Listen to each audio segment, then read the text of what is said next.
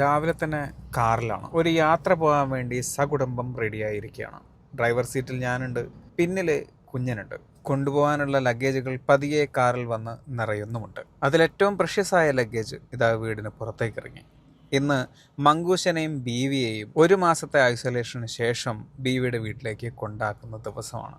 അതിൻ്റെ വിടപറച്ചിലുകളാണ് ഈ കാണുന്നത്. അച്ഛനും അച്ഛമ്മയും വികാരഭരിതരായി മാറി. തൃശ്ശൂർ വരെ യാത്ര പോകാനുള്ള കാർ റെഡിയായിരിക്കുന്നു. പിൻസീറ്റിൽ കിടന്നുറങ്ങിയിരുന്ന മങ്കൂശൻ ഇടയ്ക്കൊന്ന് ചിണുങ്ങി, പിന്നെ ഒന്ന് കരഞ്ഞു. അപ്പോൾ കാർ ഒന്ന് സൈഡാക്കി ബീവിയുടെ കയ്യിലേക്ക് എടുത്തു. അങ്ങനെ ഏതാണ്ട് 3.5 മണിക്കൂർ കൊണ്ട് ഞങ്ങൾ തൃശ്ശൂരെത്തി. പിന്നെ അച്ഛൻ്റെയും മങ്കുവിൻ്റെയും കളികളുടെ സമയമായിരുന്നു. എൻ്റെ താടി ഇങ്ങനെ അവളുടെ മുഖത്ത് കെട്ടുമ്പോൾ ഇടയ്ക്ക് ഇങ്ങനെ ചിരിക്കുന്നത് കാണാം. വീട്ടിലെ ഗാലറി പൊതുവെ എൻ്റെ താടിക്കെതിരായി നിൽക്കുമ്പോഴും ഇതാണ് ഒരാശ്വാസം. മങ്കു വന്നതിന് ശേഷം ബീവിയെ മൈൻഡ് ചെയ്യുന്നില്ല എന്നുള്ളൊരു പരാതി ബീവിക്കുണ്ട്. അത് വെറും പരാതി മാത്രമാണ് എന്ന് ബോധിപ്പിച്ചുകൊള്ളുന്നു. ഈ വിഷ്വൽ എടുത്തു വെക്കണം.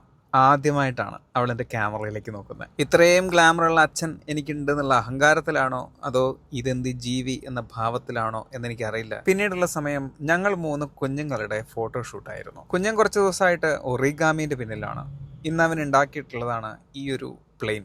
കുഞ്ഞനുണ്ടാക്കിയ പ്ലെയിൻ എല്ലാവർക്കും ഇഷ്ടമായിട്ടുണ്ടെങ്കിൽ ഒന്ന് കമൻറ്റ് ചെയ്യണം. അവൻ കമൻറ്റ് ബോക്സ് ചെക്ക് ചെയ്യും. അപ്പോൾ എല്ലാവർക്കും നല്ലൊരു ശുഭരാത്രി നേരുന്നു.